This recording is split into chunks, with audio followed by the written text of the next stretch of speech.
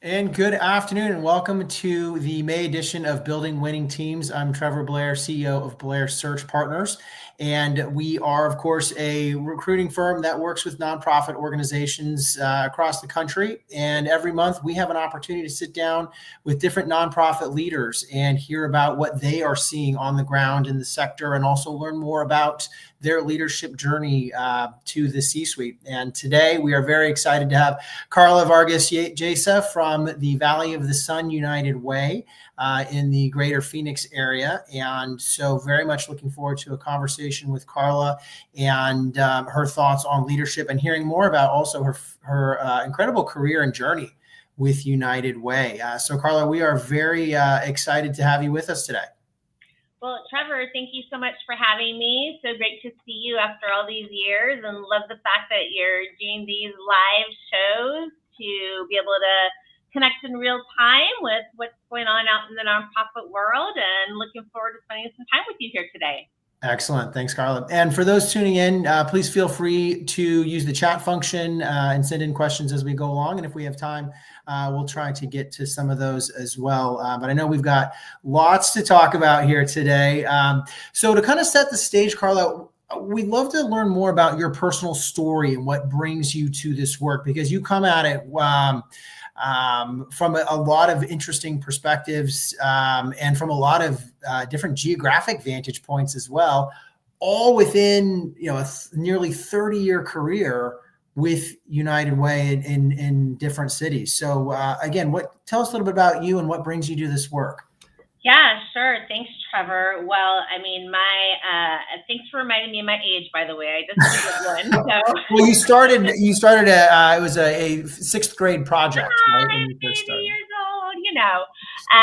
Yeah, well, I mean, I think that this type of work goes, way back to before the time that I was born. It's definitely in my blood. My family, my parents are from a really unknown country called Paraguay in South America. And Paraguay, unfortunately, suffered one of the longest standing dictatorships of the 20th century in the Southern Hemisphere. And my father was a real active political dissident. He actually led the student movement against the dictatorship in Paraguay.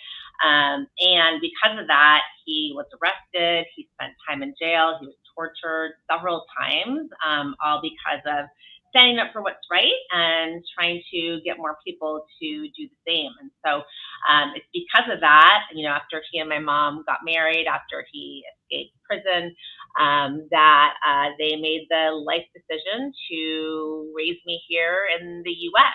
My dad got his acceptance letter to Penn State University a week before he got it to a university in Germany to get his PhD. And so I was born in international student housing in State College, Pennsylvania.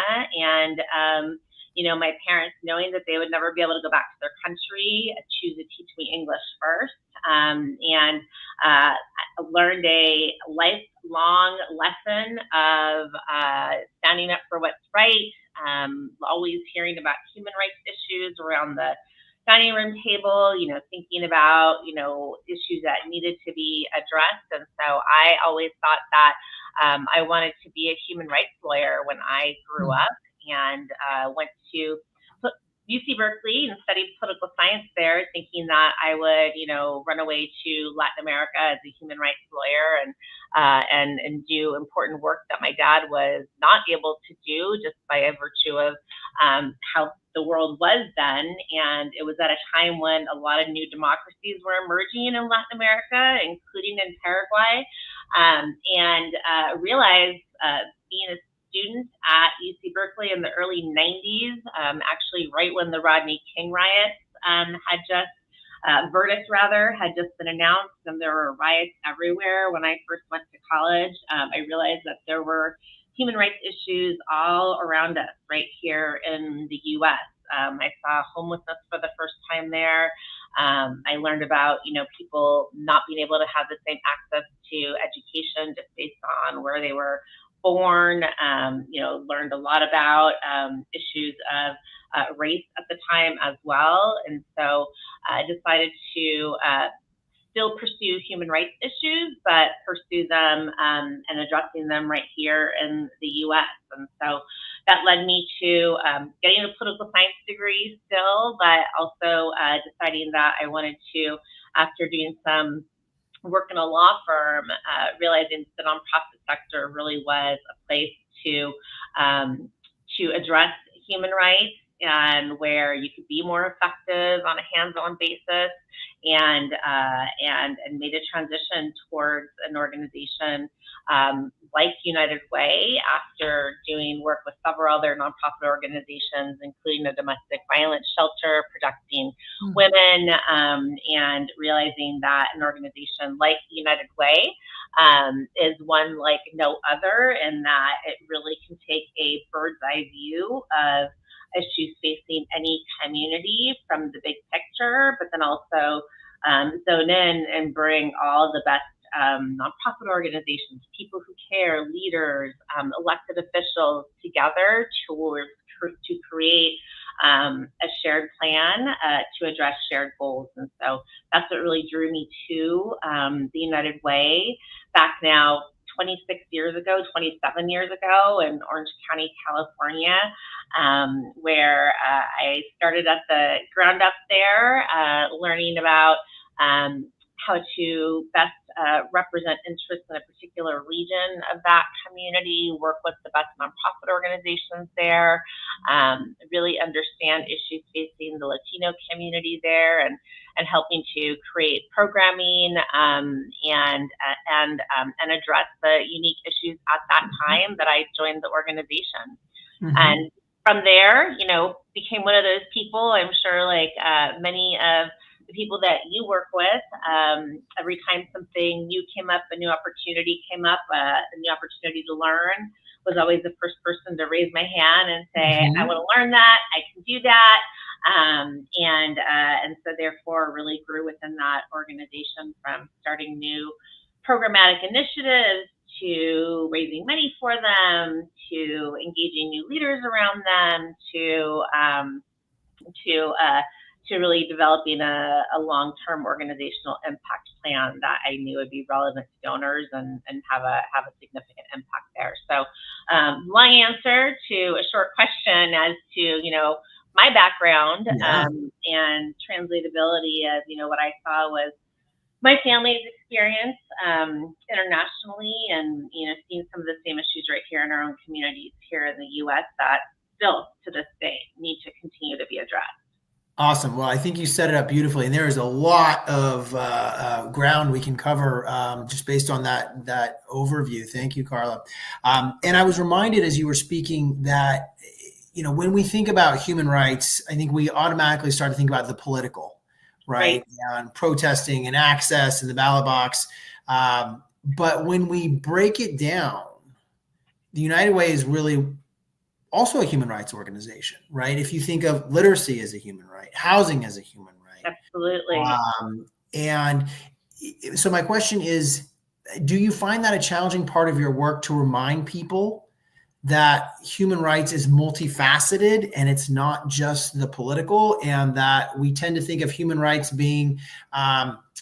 issues being concentrated in sort of conflict zones and hotspots around the world, but they're happening every day in every community across the U.S. Yeah, and I mean, and that's exactly my message, right? Is that, human rights are so basic that sometimes we forget that people in our own communities don't have them. I mean, if you think about it, even here, like in Arizona, where I am, in California, where you are, like, access to water is a human right, right? And you need certain things to even be able to have access to water. And, I believe that, living in a dignified manner with a roof over your head is a human right.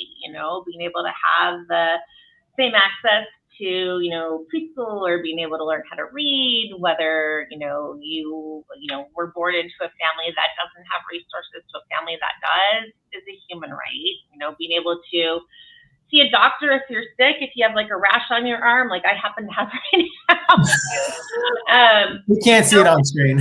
It's something that, you should be able to do instead of having it develop into something that, is absolutely unnecessary necessary. It's a human right in terms of being able to get access to care, as is, being able to have the opportunity to learn to get into a good paying job, right? I mean, all those things are human rights. I mean, we're not asking anyone to give somebody things, or everyone just gets thrown things, but everyone should have access to them, right? Mhm.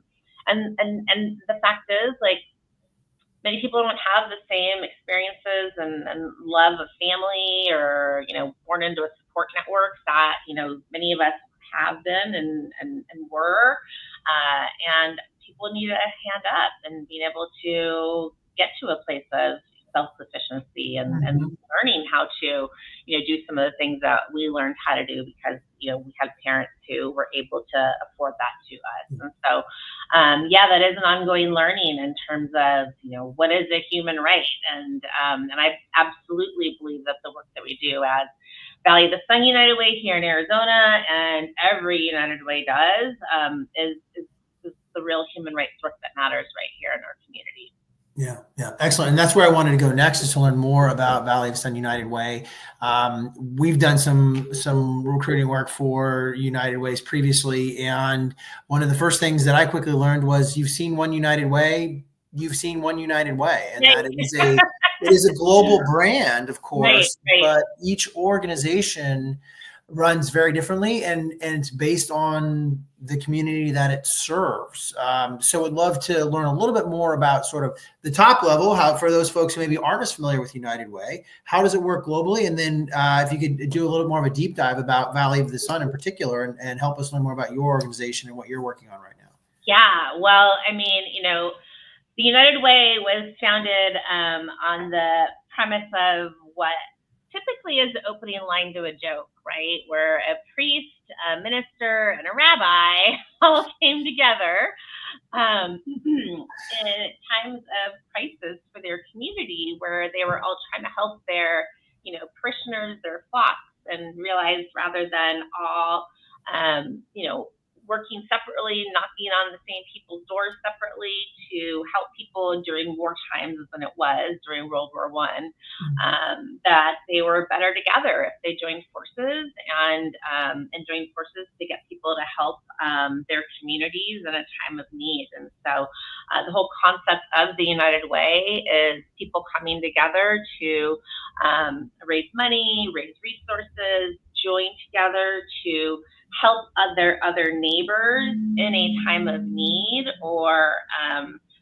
for whatever the case may be, or the cause may be, that is facing a particular community or neighborhood at any given time. And so United Ways have existed for over 125 years. And some communities are actually first founded in Denver.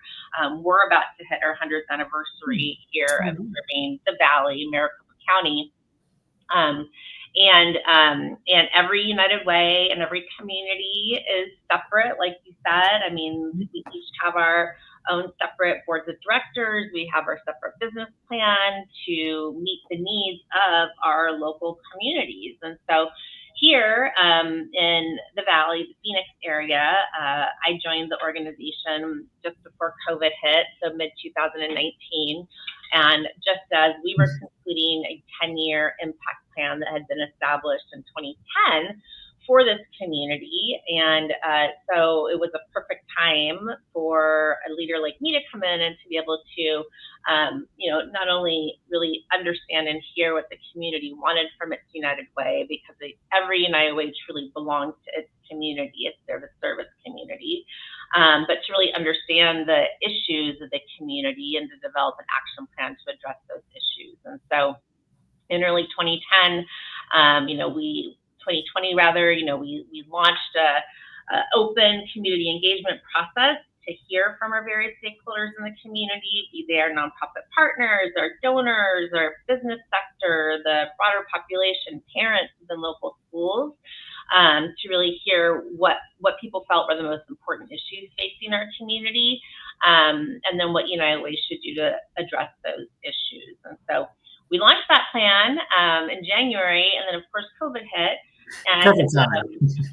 perfect timing. But the good news is, I had already had the opportunity to build really strong relationships, already had a good idea of what people wanted from the United Way. And so it was perfect timing in that we already had like a survey out, we were already hearing people's feedback, and we had a series of sessions actually scheduled for people to tell us in person like what they wanted to see from us. And so we were very fortunate in that my predecessor had a phenomenal technological infrastructure for this organization. So we were already on Zoom and were able to flip that switch and still hold those sessions and hear from the community what the community thought we should focus on. And while we paused to immediately respond to COVID by the establishment of a fund and putting out weekly grants to the community and having weekly sessions with our nonprofit partners, it's such a time of uncertainty, we wanted to all stay connected. We did hear from the community and heard in the longer term that the 4 key issues that the community wanted us to focus on were housing and homelessness. That's a critical issue for this community. And actually, we were one of the first United Ways in the country to actually focus on that issue. Also focusing on education, so early grade education and helping to get older kids connected to employment and education who have been disconnected. Access to healthcare for the first time became an issue that we focused on. Clearly, we were in COVID. We knew people needed access to healthcare. And then workforce development, not only getting people back to work during that time when so many people lost their jobs, but helping to get people into better paying employment. And so every United Way, focuses differently on what their community needs from them, what their community tells them that they need, and creates a whole strategic plan by which to address those community needs. And tell us a little bit more about the unique nature of Maricopa County and the community that you serve, because we all know that the greater Phoenix metro area is enormous. It is enormous. I think it's the largest by geographic footprint. I think the city of Phoenix is the largest city in the U.S. or one of the largest by square mileage. Mm-hmm. And in terms of population, it's getting up there too. I mean, it's eclipsed San Diego. Its growth rate is tremendous. That also creates opportunity and challenges, right? I know that cost of living and housing in particular, Phoenix remains on some of the most expensive city lists in terms of year over year cost of living and housing increases. What are the needs of the community that you serve in the Phoenix area? Yeah, well, you're not kidding. When I first moved to the Phoenix, Maricopa County community, I thought that, it's just like Orange County. It's the same population. A little warmer, but it has the same demographics. It has, similar statistics. Like, I've got this pat. No, it is so different. Like, it is geographically so much more expansive. It is so much more diverse. The cities are so different and have such a different sense of identity. And it definitely took some time to get my arms around. I mean, there is more of a sense of, I believe, like pride in being from the Phoenix area. And interestingly, Trevor, what I found is that United Way really had a much stronger sense of ingrainment in the community than necessarily it did in Orange County. And I feel like in large part it's because like it's such a community of transplants here that like everyone that came to Arizona or to the Phoenix area came from somewhere else where United Way was a really big deal. And it became an anchor point for people to like really get involved in giving back to the community. And so the needs that are different, clearly like heat resilience, we're having growing issues of homelessness, just like every other community does, but like growing issues of senior homelessness, the need to really come together to address people in need in particular, where they don't have, in some places there still aren't access to electricity and running water. Wow. It's like really surprising. in some communities. And so there is, there's a real difference in terms of like areas that are very well resourced and not resourced at all. That really need a lot more support. And so, that's a challenge with being a United Way, in that like we have such a large territory and such a geographically diverse territory to serve and to understand. And at the same time, we also have the huge resource of, people are moving here at such strong rates. Uh, and we have companies moving in here, like the semiconductor industry. Everyone's heard of TSMC having come in. The CHIPS Act is, really been a strong source of investment in the community. And so there's a lot of opportunity, too, to engage a lot more people. And companies, where I think a lot of United Ways are having trouble with that model. Yeah. And sort of finding, where do they play best, right? And some that maybe don't enjoy being as established as Valley of the Sun. Staying on the topic of the local environment, I'd love to hear about what you're seeing when you talk to other nonprofit colleagues and funders of various sizes. What are they seeing and feeling right now as we start to enter the second half of 2025? What's the vibe? Yeah, well, it's been a rough year. I will share that from the first week of February, really the last week of June, from the time that initial executive order was issued by the new administration, immediately freezing any funding to nonprofit organizations, we went into high action mode to really put out a flash survey to all of our nonprofit partners to have an immediate understanding of the impacts of those federal funding freezes, which ended up being unfrozen, but still the potential, federal funding freezes. And as the days went on, actions related to changes in policy as it relates to immigration status, enforcement, DEI policies and programs. And so we have made it our business over the past 8-10 weeks to really have a strong understanding of what the needs are of the nonprofit community, but not only that, on the broader impact of the changes in federal landscape on the broader community. And so we've gotten some really, important information from that. We not only issued a flash survey of our nonprofit partners, but we held a series of in-person CEO input sessions with the nonprofit leaders of local CEOs. And we learned a lot. And I think we learned a lot of what may be surprising to a lot of individuals who may think otherwise about how federal funding has an impact. And so the first thing that we learned is that it is the larger, more established nonprofit organizations that are suffering and will be suffering the most from cuts in federal funding. And that's because it is those larger nonprofit organizations that have the infrastructure and are most well equipped to receive federal funding, because it's not easy to receive federal funding, number one.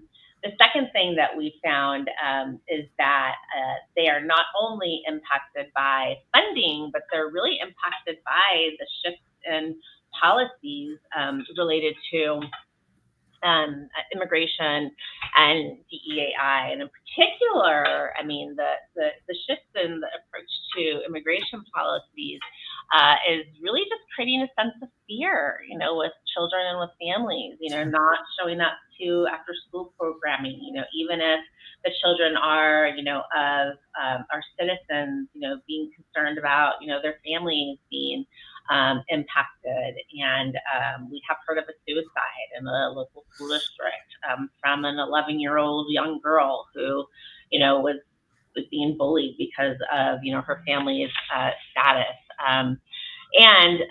The policies about DEI are impacting, I think, in ways that people might not expect as well. And that, for example, we work with a few nonprofit organizations that focus on serving women who have, escaped domestic violence situations, or are, being trained for jobs and in new fields of interest. And because of funding no longer being available at community colleges, for example, for women-only cohorts of job training programs.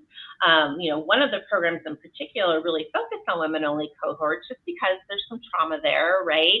And so, women-only cohorts of job training programs to train women to work in semiconductor companies that are right here and that we really need to train people for, weren't able to participate in those. And so, and we've heard that the ranges on impacts on organizations' funding range from 0% for the smaller ones. So smaller organizations are good organizations, and that like they really need assets right now, as opposed to what people might think like smaller organizations should merge. Like they're actually assets right now in a lot of cases, and in some cases, like the proportion of nonprofits budgets are 40 to 70%, and so we're concerned from our nonprofit partners, but also resilience. They're continuing to do what they're doing.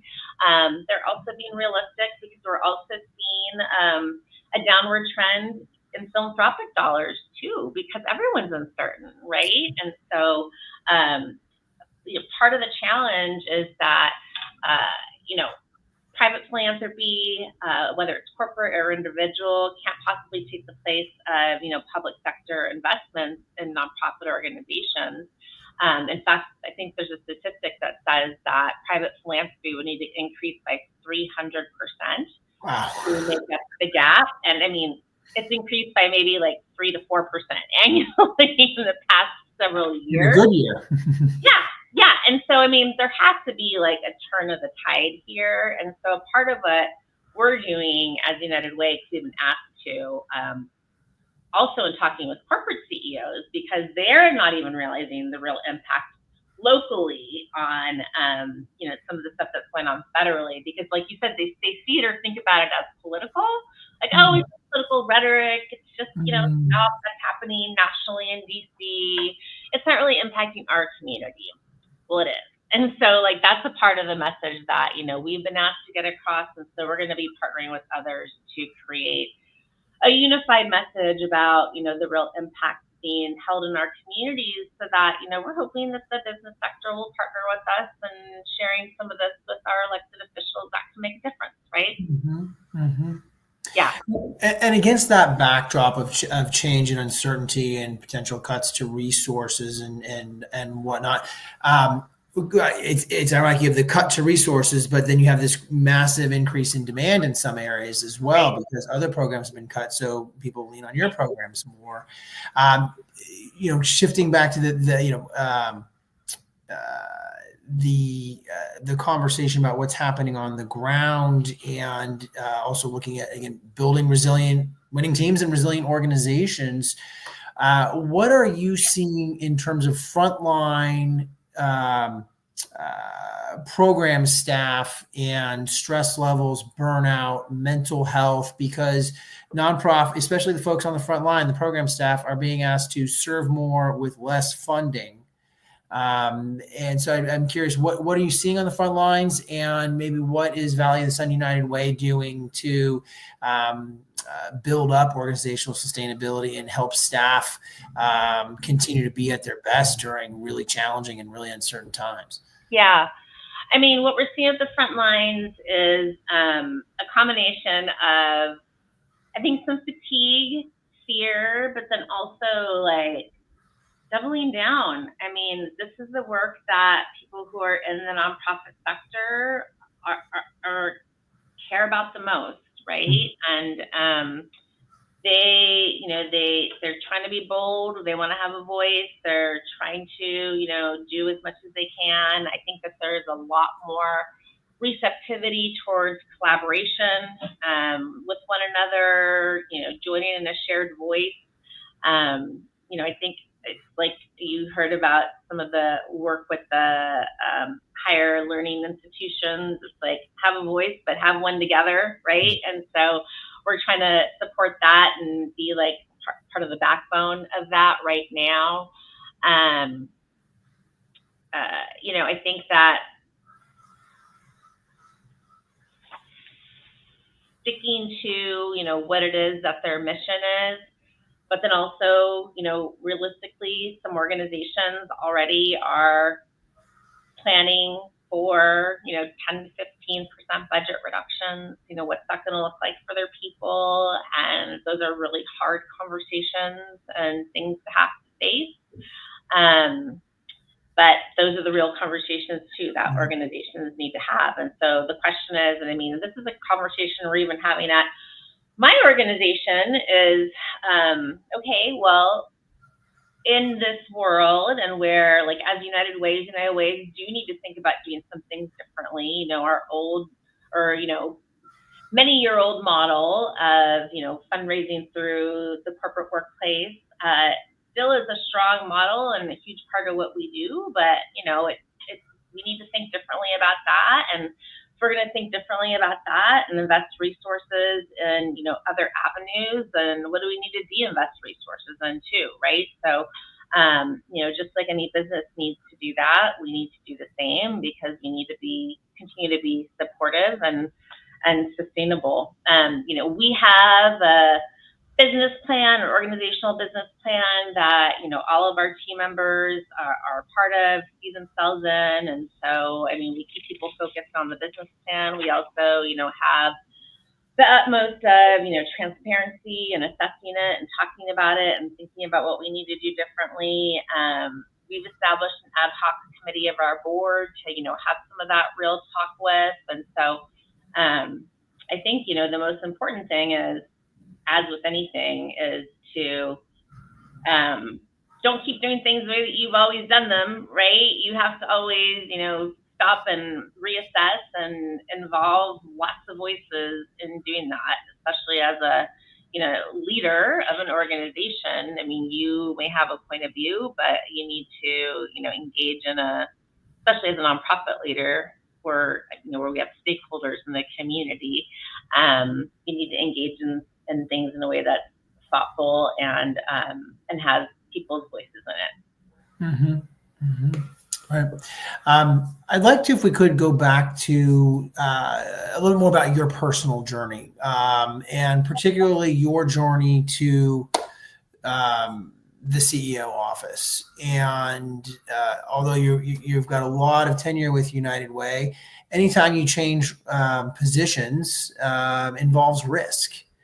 And I'd love to hear a little bit more about, and I should have pointed out that coming to Valley of the Sun was a little bit of a homecoming. You'd spent some time in the Tucson area previously, but I'm sure it's changed quite a bit since then, given all the growth that we talked about. But I'd like to talk a little bit about the inherent risk that is inevitably involved with changing organizations or stepping up to the C-suite, because it was not something you had to do. You were in a great C-level role with an organization that you knew really well, and yet you decided to not only take on a new role, but take on a new role in a different community many hundreds of miles away. Share with us a little bit about the risk-taking that you engaged in up to this present point in time. Yeah, well, you're making me nauseous thinking about it all over again. It all worked out. You're there, right? Well, I would say, like, for anyone considering it, it's scary. It's absolutely scary. But, it's also something that, you wouldn't be, pushing yourself and doing yourself any favors if you didn't try and take those risks. And I mean, I'll share probably about 5 years before I felt like I was ready for a next leadership role. And as I was thinking about things that scared me, one of the things that really scared me, and this is just a tiny little example, but one that probably a lot of people can relate to, is that I hated speaking publicly. I hated it, but I forced myself to just say yes. Like every time somebody asks me to speak publicly, I'm just going to say yes because that's how I like force myself to do it. I couldn't just like hide behind the no. I still was nervous, but like I learned so much just from doing that. Um, and, and, uh, and once I was interested in pursuing, a higher level role, I will tell you that the last role I thought I might get a call about is the call for Valley of the Sun United Way. And that is because of the fact that, it was the number one United Way in the country. It was one that I had looked to as a model for a lot of the work that I put into place at Orange County United Way. My predecessor was an absolute rock star that I had seen from stage plenty of times. And so when I got that call, I was scared to death and thought it was a joke from the recruiter to ask if I would talk to them. But, I pushed myself every step of the way. I also surrounded myself with a great team of people that I knew and trusted that I could, bounce anything off of. I had been fortunate to participate in an executive leadership program and with a phenomenal coach who had been a prior CEO of many United Ways, and I just really trusted those people, and not only did I say yes, but like I practiced. You got to practice. You got to make sure that you know how to articulate yourself. And also one thing that I realized from one of those mentors was that this organization is an organization that budget-wise 4 or 5 times, if not more, the budget of the organization that I was in previously. And what that mentor told me is like, you know how to manage a budget, you know how to raise money, you know how to read a financial statement. Your skills are it's just a 5x, it's just a 10x. Like it's the same thing. And so, going into it from that perspective, and then ultimately, getting here, I realized, oh, I do know what I'm doing. Those things are right, and besides that, I think also having humility in that, like, yes, you may know the basics, like any new role, you need to have the humility to actually learn the people, the organization, what the community expects of you. And so while I didn't have like, a to the letter plan of exactly what I was going to do when I came in, because believe me, people have been waiting for a new CEO for this role for a long time. And so like as soon as I came in, everyone was like, what are you gonna do? What are you gonna do differently? What are you gonna do? What are you gonna do? And like I was able to have the forethought to have a plan to develop a plan. And so I was able to share that, right? Like I'm giving myself 100 days to do like X, Y, and Z. Like this is my plan. Like I'll have my recommendations after the course of that time.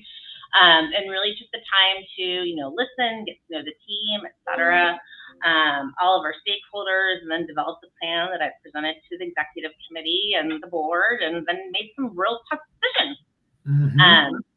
And when I made those real tough decisions, people were really grateful for them, and I wouldn't have known to do those things had I not, taken the time to listen. And so I guess I would say in terms of risk taking,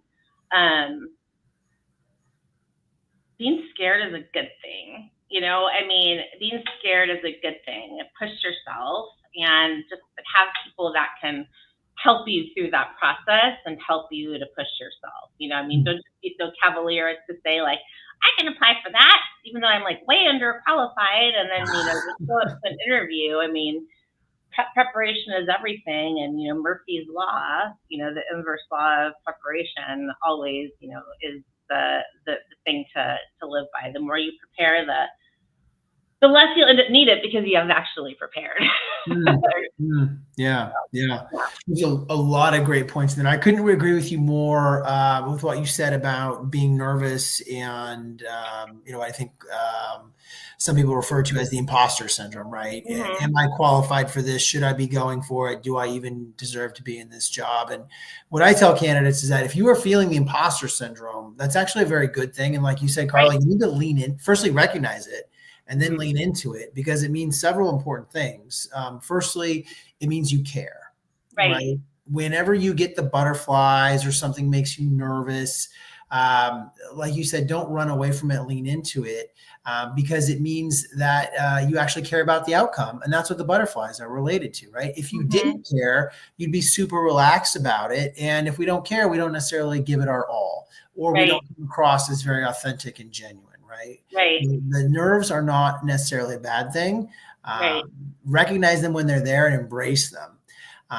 But also, I think the humility that comes from the imposter syndrome. And you mentioned listening and not being a bull in the china shop and falling into what I call the leadership trap. Right? You're the new CEO. You got to come in with your agenda and you got to start making change and proving that they made the right hire. Yeah. And that is pretty much the worst way to take over an organization, right? Yeah. And you Yeah, want and to see the CEOs stand up I'm for it. glad you tell people that because I mean I think so many people expect the opposite. Like I was shocked how many people were like expecting me to just like start to do things and make changes like within a couple of weeks, and I was like, I had to like kind of hold them back. Like, Yeah, and before you can manage it, you've got to understand it, right? And you can talk to everyone you want and do all the reading yeah, online and whatnot, but until you're actually inside an organization, living it and breathing it every day, yeah, you're never going to have the full yeah. picture. And do all those things, like know the financials, like know everything you need to know, like do everything that you can to like from the outside to know what you're walking into. But there's just so much that you can't predict until you're there and go about the right ways to discover things. And by going about the right ways to discover things, that's how you build trust and credibility to begin with. Mm-hmm. Yeah, and you mentioned something else very important, and that is stepping into a new role and succeeding a highly successful predecessor, right? Mm-hmm. We've all heard the joke, you never want to follow a rock star, right? Mm-hmm. And I have seen candidates shy away from C-level opportunities for that very reason. And, there's the shadow of the CEO or the founder, fear of not measuring up. But Yeah. there's been, and I can't recall how long your predecessor was in the role, but when you succeed a longtime leader, their fingerprints are all over everything. Their DNA is in every policy, every piece of collateral, every strategy, you name it, right? Mm-hmm. And that can be really intimidating and really challenging coming in as the new CEO. So if we could, I'd love to hear your thoughts on that, Carla. And, how long was your predecessor there? And then what was your strategy around and your calculus as a candidate? Yeah. Do you even go for this or not because you don't want to succeed a rock star? Yeah. What did that look like for you? Yeah. So my predecessor was CEO for 11 years, but had been here for like 25 before that because he started out as CFO. And I mean, I think for me, it started because of the fact that like he reached out to me beforehand to encourage me to even go through the process because he knew somebody that like knew me and just like maybe went around the rules a little bit, but I mean he made a point to reach out to me and to really encourage me and to tell me that like he made a point to I think meet with like I think 4 of the final candidates to just demonstrate how much of a resource he would be to them. And he also made clear to me like, I will be here for whatever you need, but like this is your job going forward. And and he really lived up to that. And was there for me for whatever I needed. I think that, a mistake people often make is not honoring the prior CEO. And so because of, my absolute admiration of him to begin with from the United Way network, and, he made huge impacts here in this community. I had such a huge amount of respect for him that like there was nothing that I needed to change or needed to make any statements about changing or anything, because he supported me in my assessment of what needed to happen. And I also came at a very critical time, like I said, the conclusion of a 10-year plan, which is exactly the right time to, look at how to do things differently in the future anyway. And so, I think that there's some things to look for potentially, like if you are succeeding a CEO who's been there for a while, their level of receptivity, of engagement, ego invested in supporting you, like all those things. And like I could not have had a better circumstance than I did with the CEO transition that I had, and consider him a great friend to me, to the organization, and I could not be more thankful. I could not be more thankful. I will share, I also have talked to other former CEOs who had, someone succeed them who was not interested in talking to them, like didn't ask them any of their opinions, like, just basically, did whatever they wanted to do. And like, that's just hurtful, I think, to a person and the leadership that they displayed, and also to the organization too. It's like, the organization, especially one like United Way, I mean, is grounded in the history and the legacy of leadership of the people that preceded you. And so I just think that's incredibly important.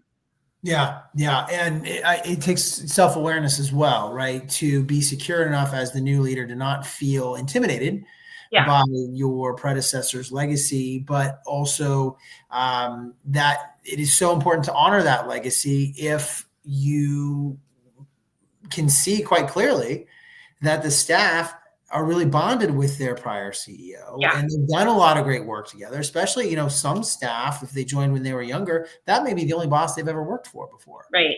And so it can really whipsaw the organizational culture when you see the new CEO coming in and not visibly paying respect to the outgoing CEO's legacy. Yeah, and I mean, a big part of my leadership style is to learn from other people. I mean, you need to, learn from most everybody that you possibly can, especially when you're in a new role. I mean, hear what people have to say, ask them their opinions. If you ask them for it, especially if you're a new CEO, you're gonna get it. And I mean, if nothing else, once you aggregate them all, you have a perspective, whether or not they're all like exactly on the money. And so, I mean, that's like really important. You can't presume to know that you know everything, even if it's all like written on a piece of paper somewhere. It's just not, I want to stay on this topic a little bit, if we could, please, because succession planning and transitions are probably one of the subject areas that we get asked the most about and speak about quite often on panels and things like that. And I know it was back in 2019, but still probably pretty fresh. And your example is so powerful, Carla, because it's an organization at scale, right? And so there's a lot of moving parts, and you have to be even more thoughtful when your mission is big and broad, and you play such a role as a high-profile convener like the United Way. The transition has to be done right. And so I'd love to hear a little bit more about what did your transition and handover look like with the outgoing CEO? What was the time from, when your first day to when he officially took his name off the door, so to speak? And did you have a plan? Were there milestones? What did the transition look like for you? Yeah. So my predecessor and I only officially overlapped for a week. So my first day was June 23rd, and his last day was end of the month. So we basically, it was like the end of the fiscal year. So my official first day as CEO was July 1st. So he was, with me like 24/7 that whole time. And again, like always available for me for whatever I needed beyond that. We also had established, and this is a great recommendation of the search committee, and I think the group that helped us with that search at the time was to establish a transition committee for me, of the board, and also of some other people that were not on the board, especially coming in from out of town, to help to introduce me and to get me very well connected to all the right people I needed to be connected to in the community. I also, prior to even stepping foot in the door, I developed a 100-day plan for myself that I put in writing so I could share with them what I plan to do in the first 100 days. They didn't feel like they needed to, hold my hand every step of the way, but it was basically like in 5 key areas, like, understand the organization, its revenue strategies, its efficiencies, understand, meet key stakeholders, and I laid them all out, corporate stakeholders, community stakeholders, donors, investors, blah, blah, blah. Obviously meet with all members of the board of directors, really understand the community, understand like its opportunities, its efficiencies, and at the conclusion of all that, to provide a report to the board about what I learned and like what my next steps are. And so that gave me, I think it gave the board and executive committee like the confidence in knowing like, okay, she's put some thought into this. Like she has her own plan. We don't need to develop a plan for her for these next 100 days. And then it's also like I actually provided reports back to the transition committee and to the executive committee and even to my staff. I shared with my staff like every month as I was going along the way. So they could see like what my plan was, what I was working, and how that and how it was leading to what led to my recommendations and what became what I called my set of 2020 priorities to reorient the organization. And so you were checking back, right? Here's what I'm doing. Here's what I'm seeing and hearing. Right. And that's an opportunity for them to confirm, yes, Carla, you're on the right path, or right. no, what we really need you to focus on or what we need you to hear is this and that. Right. Right. And that way my staff knew. And then also that gave me like the buffer for the people to see like, okay, she's not going to tell us what she's deciding tomorrow. She's going through this process, right? Mm-hmm. She's going through this process first. Mm-hmm. And yeah, and it was a great guidepost for my staff too, to know like where I needed support, like who I needed them to set up meetings for me with, etc. And it worked out great. And a part of that was getting to know my staff internally. Like I actually held a series of like, I think 16 internal listening sessions with like 6 to 7 staff each that I had a trusted non-executive member of the leadership team, but like an HR person hold with me and like ask very real questions that I got very real responses to. And so the positive part to that too is when I like shared my plan that came out of it, like everyone saw their voice in it. Yeah. Like everyone saw their voice in it. Yeah. Yeah. That's awesome. Awesome. So then once your transition is over, you're in the groove. Tell us a little bit more about your ongoing day-to-day management style and practice look like? Do you do town halls? Do you do one-on-ones with your leadership team on a regular cadence? What does this look like moving forward? So before I came on board, we had an executive leadership team. Well, my predecessor had a leadership team that was just his direct report. And so I created an executive team, which was my direct reports, and then a leadership team, which was all VPs and above. So distributed the leadership a little bit more. Also from my transition plan, created a business plan for the year for the organization. that had, goals in each one of our functional areas that we then tracked and managed progress against. And everyone had, their work plans roll up to it, which was something that the organization hadn't had for some time. And so that's something that was, really important for everyone to see themselves in that and understand how their role is like set up to the total. I do meet on a one-on-one basis with my direct reports on a weekly basis. I do have executive team meetings weekly. We do have all hands meetings once a month with the whole team. When COVID hit, we actually had weekly all staff meetings every Friday, and I had twice daily meetings with my executive team, like morning at 8 a.m., afternoon at 5 p.m., because things were changing so quickly, just to make sure that we could manage effectively. So I don't have regular town halls per se, but we do have our monthly all hands meetings. I have a Carla's Corner that I try to post in like monthly and like send out an email update on like what's going on, and try and put some personal tidbits in there too. Like I just got a rescue Frenchie dog, for example, stuff like that.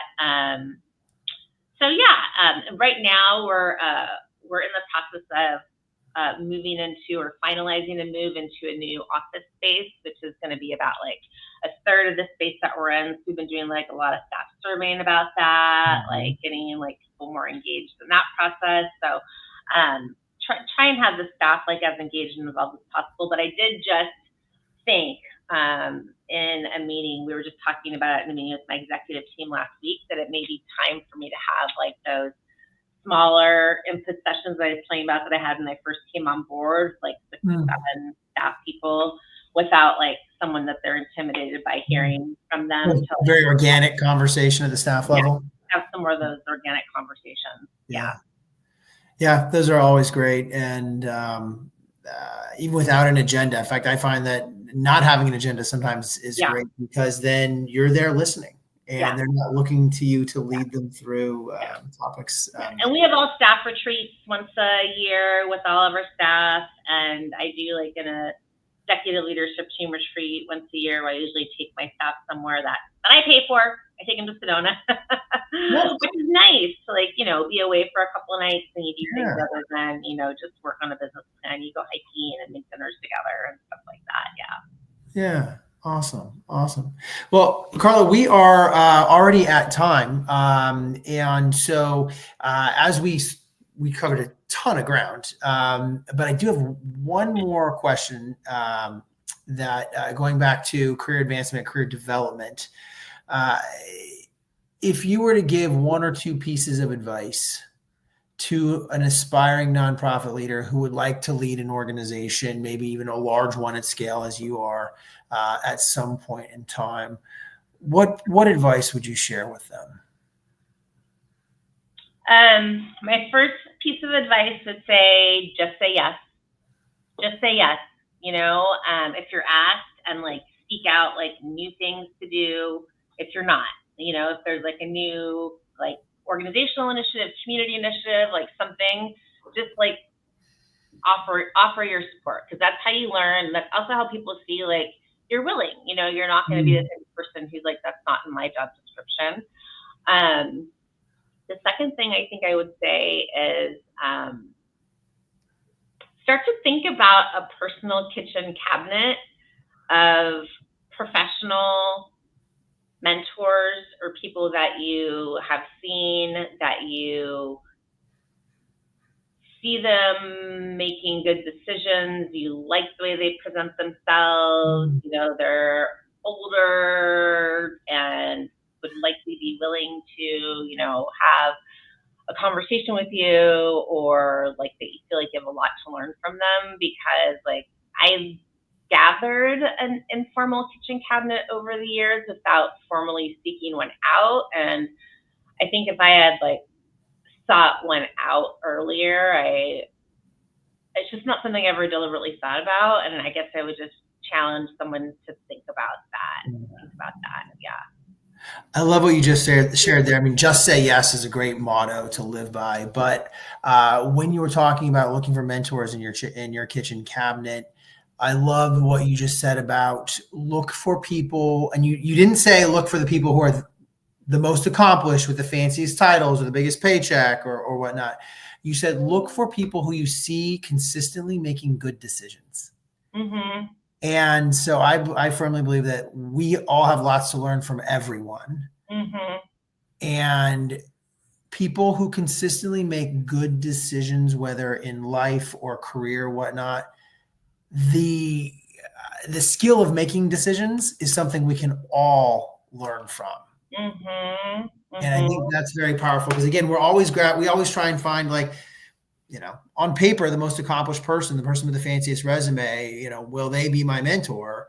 But maybe that person has not necessarily maybe always made the decisions that are consistent, right? We talked Right. about new CEOs, bull in the China shop kind of stuff too, right? Right. Right. Right. People who consistently make good decisions in life, I think, have a Yep. lot to teach us. Yep. Yep. Absolutely. Fantastic. Well, thank you so much for being here with us. And thanks to United Way, Valley of the Sun, for all you're doing for your community, especially in these uncertain and challenging times. But I think, coming together, convening, collaborating, we can all come out on the other side stronger, similar to what we did during COVID, which we talked about a lot in this conversation. Yeah, absolutely. We really built that muscle of resiliency during that period. So I think we need to all remember back to that. So, Carla Vargas, Jasa, thank you again for joining us. And if anyone has any questions, feel free to send those along via LinkedIn. We'd be happy to post and reply back to those. And to all those who are joining us and watching this recording later on, we hope you enjoyed the program. And we meet with new leaders every month. So please feel free to send in suggestions on topics and leaders that you'd like to hear from. Again, Carla, thank you so much for a really engaging conversation. And I look forward to crossing paths with you again soon. Thanks for having me, Trevor. Great to see you. And thanks for what you do to help organizations find great leaders. Oh, it's our pleasure. Thanks, everyone. All right. Take care. Bye-bye.